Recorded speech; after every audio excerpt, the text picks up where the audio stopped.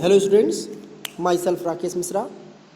This is very important series of revision for class 12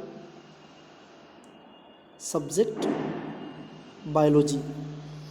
Since long time I have revised the different question from the selected lesson, but from today's onward you will get the revision of previously asked sample paper.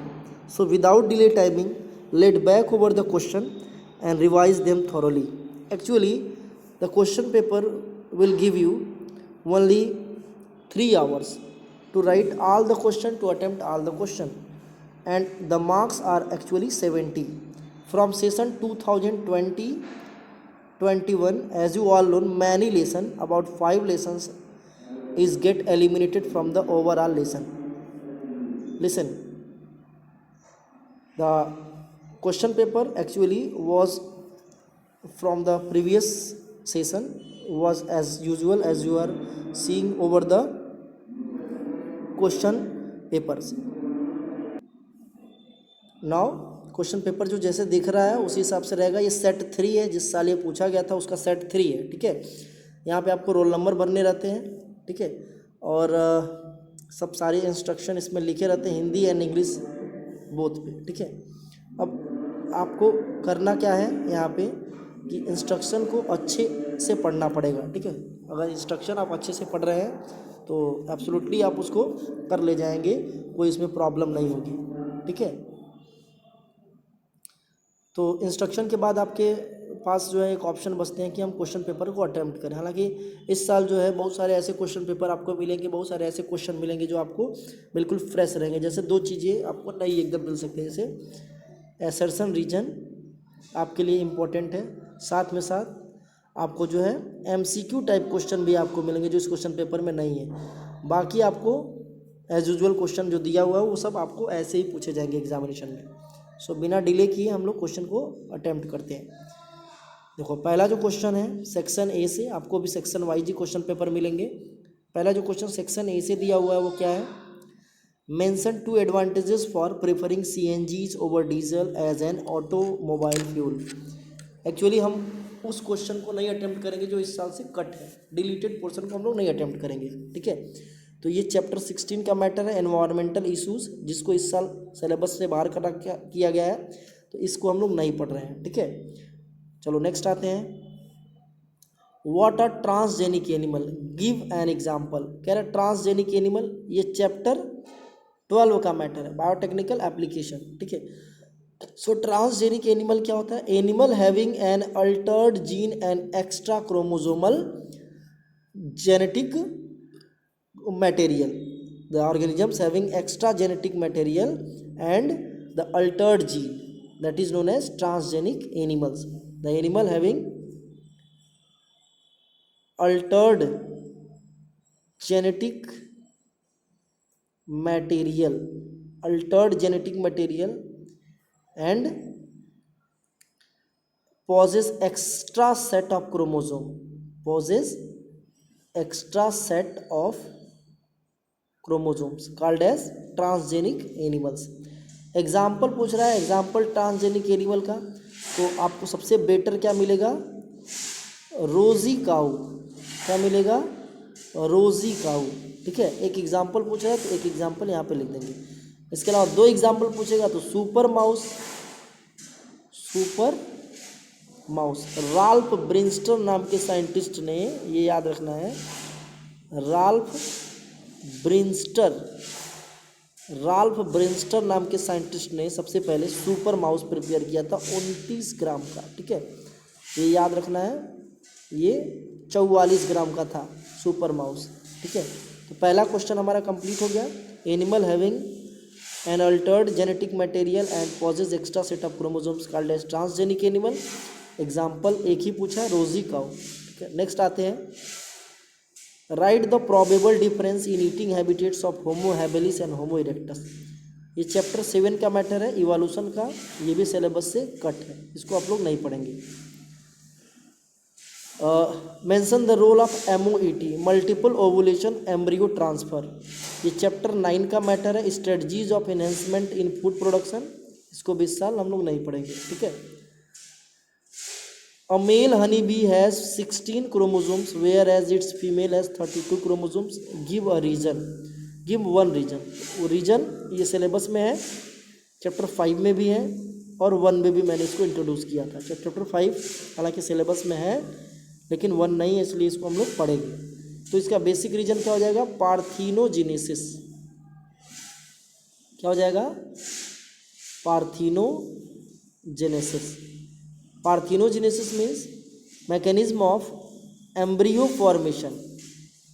Mechanism of embryo formation without fertilization. कोई ऐसा process जिसमें embryo तो बन जाए लेकिन fertilisation नहीं हो, ओवा हो या स्पर्म हो, ठीक है। गैमेटोजेनेसिस हो रहा हो बट कोई एक गैमेट जो फर्टिलाइज ना हो, फॉर एग्जांपल ओवा अगर ये स्पर्म से फर्टिलाइज ना हो फिर भी इसके पास जाइगोट और फिर एम्ब्रियो बनाने की टेंडेंसी आ जाए तो उसको क्या बोलते हैं? पार्थिनोजेनेसिस। तो लिखेंगे द रीजन इज पार्थिनोजेनेसिस। अब रीजन को अच्छे से समझना है, एक्चुअल में पार्थिनोजेनेसिस कैसे होता है हनी बी में, ये सबको समझना है। हनी बी का जो मेल होता है इसको हम लोग बोलते हैं ड्रोन। जो फर्टाइल मेल होता है इसको हम लोग क्या बोलते हैं? ड्रोन। और जो फीमेल होता है इसको हम लोग क्या बोलते हैं? क्वीन। ध्यान देना है, क्वीन। ड्रोन में नंबर ऑफ क्रोमोजोम 16 होता है और क्वीन में नंबर ऑफ क्रोमोजोम 32 होता है, ठीक है। गैमीट्स में नंबर ऑफ क्रोमोजोम 16 ही होता है। तो ड्रोन अगर गैमीट्स बनाएगा तो माइटोसिस के तो सिंपली वो माइटोसिस करके ही गैमीट्स बना लेगा, 16 नंबर ऑफ क्रोमोजोम्स। और मेल के गैमीट्स को अनडाउटली हम लोग क्या बोलते हैं? स्पर्म। अब क्वीन अगर गैमीट्स बना रहा है तो वो उसको मियोसिस करना पड़ेगा। क्वीन को अगर नंबर ऑफ क्रोमोजोम 16 करना है 32 से तो उसमें क्या करना पड़ेगा? मियोसिस। तो जाके नंबर ऑफ क्रोमोजोम्स क्या होगा? 16 होगा, ठीक है। ध्यान देना है, ये बनाएगा ओवा। ये क्या बनाएगा? ओवा। अब अगर स्पर्म और ओवा दोनों फर्टिलाइज कर जाए तो नंबर ऑफ क्रोमोजोम अगले जनरेशन में कितना हो जाएगा? 32। तो ये अनडाउटली बन जाएंगी क्वीन। लेकिन कुछ टाइम कभी कभी ऐसा होता है, कुछ ओवा ऐसा होता है जो फर्टिलाइज नहीं हो पाता है। अगर ये फर्टिलाइज नहीं होगा तो ये क्या बना लेगा? ये लगेगा कॉन्टिन्यूअस माइटोसिस करने और सेल को गैदर करने।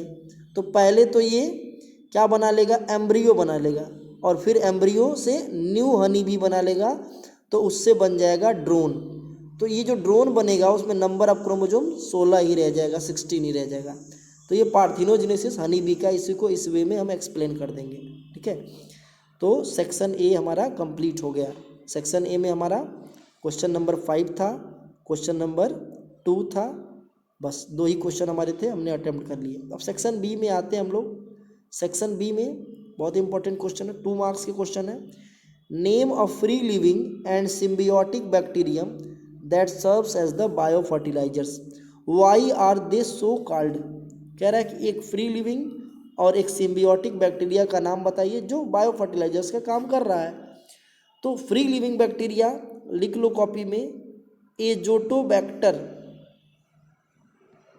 Azotobacter, Azospirillum, Azospirillum.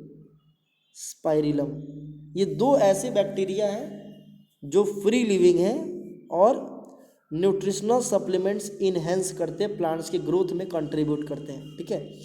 और symbiotic bacteria well popular rhizobium, rhizobium leguminosarum, rhizobium leguminosarum bacteria. ये लेग्यूमिनेसी फैमिली के रूट के नोड्यूल में रहता है और नाइट्रोजन को फिक्स करता है। ये बहुत इंपॉर्टेंट है, जानना है, समझना। So free living bacteria Azospirillum और एजोटोबैक्टर, और सिम्बियोटिक बैक्टीरिया क्या हो जाएगा आपका? राइजोबियम लेग्यूमिनासोरम बैक्टीरिया, ठीक है। अब आगे क्वेश्चन पूछ रहा है why are they so called. लिखेंगे they enhance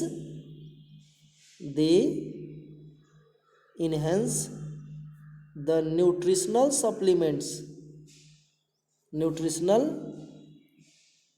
supplements and crop yield in plants, act as substitute of fertilizers so called bio fertilisers, ठीक है, केमिकल फर्टिलाइजर्स के सब्स्टिट्यूट है, इस वजह से इसको क्या बोला जाता है, बायो फर्टिलाइजर्स, ठीक है। तो फ्री लिविंग बैक्टीरिया का एग्जाम्पल क्या हो गया, एजोटोबैक्टर, एजोस्पाइरिलम, और सिम्बियोटिक का क्या हो गया, राइजोबियम। बहुत इंपॉर्टेंट है, ये आपको जानना है, समझना है, ठीक है, इसको नोट कर लीजिए कॉपी में। नेक्स्ट आते हैं हम लोग अगला क्वेश्चन, क्वेश्चन नंबर 7 पे। 7 क्या दिया हुआ है, name the cells HIV human immunodeficiency virus gain entry into after infecting the human body. कह रहा है ऐसे सेल का नाम बताइए जिसमें HIV अगर बॉडी में एंटर करता है तो उस सेल में इन्फेक्ट करता है, इन्फेक्ट ह्यूमन बीइंग के करने के बाद उसी सेल में डायरेक्ट इन्फेक्ट करता है, आता है। Explain the event that occur in these sales. तो उस सेल्स का नाम है macrophage cell.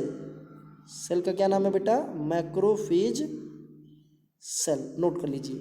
Macrophage cells are the cells in which HIV gain entry into after infecting the human body. Macrophage cells WBC का कंपोनेंट्स है। Explain the event that occurs in these cells. अब कौन कौन से events होते हैं इसको भी आपको ध्यान में रखना है, बहुत इंपॉर्टेंट है। देखो हमारा जो मैक्रोफेज सेल्स है उसमें प्लांट एनिमल सेल होने के नाते उसमें न्यूक्लियस होगा, यूकैरियोटिक हम लोग हैं। तो अगर HIV, ये HIV का वायरस है, ठीक है, ये अगर आता है तो अपना जेनेटिक मटेरियल इंट्रोड्यूस कर देगा। इसका जेनेटिक मटेरियल होता है बेटा सिंगल स्टैंडर्ड RNA। तो एक प्रोसेस ये कंप्लीट करेगा, एक प्रोसेस होगा इसके सिंगल स्टैंडर्ड RNA में, तो इससे क्या बना लेगा, डबल स्टैंडर्ड DNA, ठीक है, डबल स्टैंडर्ड DNA। इस प्रोसेस को हम लोग बोलते हैं रिवर्स ट्रांसक्रिप्शन, रिवर्स ट्रांसक्रिप्शन। अब रिवर्स ट्रांसक्रिप्शन के थ्रू ये डबल स्टैंडर्ड DNA बना लिया। अब ये डबल स्टैंडर्ड DNA चला जाएगा न्यूक्लियस ऑफ मैक्रोफेज में। ये कौन सा सेल है बेटा, मैक्रोफेज सेल, मैक्रोफेज सेल चला गया। मैक्रोफेज सेल में जाने के बाद ये ह्यूमन सेल के साथ रेप्लिकेट करेगा। सेल के अंदर क्या होता है मैं बाहर दिखा दे रहा हूँ यहाँ पे, ये ह्यूमन सेल है और ये वायरस का सेल है, दोनों आपस में रेप्लिकेट करके ढेर सारे ऐसे पहले क्या बना लेंगे, DNA, ठीक है। अब रेप्लिकेट करके जब DNA बना लेगा ढेर सारा, तो ये सब प्रोटीन सिंथेसिस करने के लिए mRNA बनाएंगे जो साइटोप्लाज्म में आ जाएगा। अब ये mRNA को सेल हमारा बाहर नहीं करेगा क्योंकि ये रेप्लिकेट करके ह्यूमन जैसा हो गया।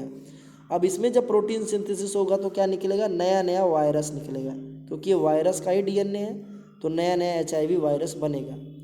ये सब HIV वायरस मैक्रोफेज में ही बनेंगे जो बाद में रिलीज होंगे और TH-T4 लिम्फोसाइट सेल को जाकर के इन्फेक्ट करेंगे। So the macrophage cells called factory of HIV formation. बहुत इंपॉर्टेंट है, इसको आप नोट कर लीजिए। रिवर्स ट्रांसक्रिप्शन होता है, ये भी इंपॉर्टेंट है, जानना है, समझना है। लास्ट सैम्पल पेपर में मैंने बताया भी था। इस वीडियो लेक्चर में हमने up to question number section B तक हमने अटेम्प्ट कर लिया। क्वेश्चन नंबर 7 ऑनवर्ड हम नेक्स्ट वीडियो लेक्चर में डिस्कस करेंगे। Thank you.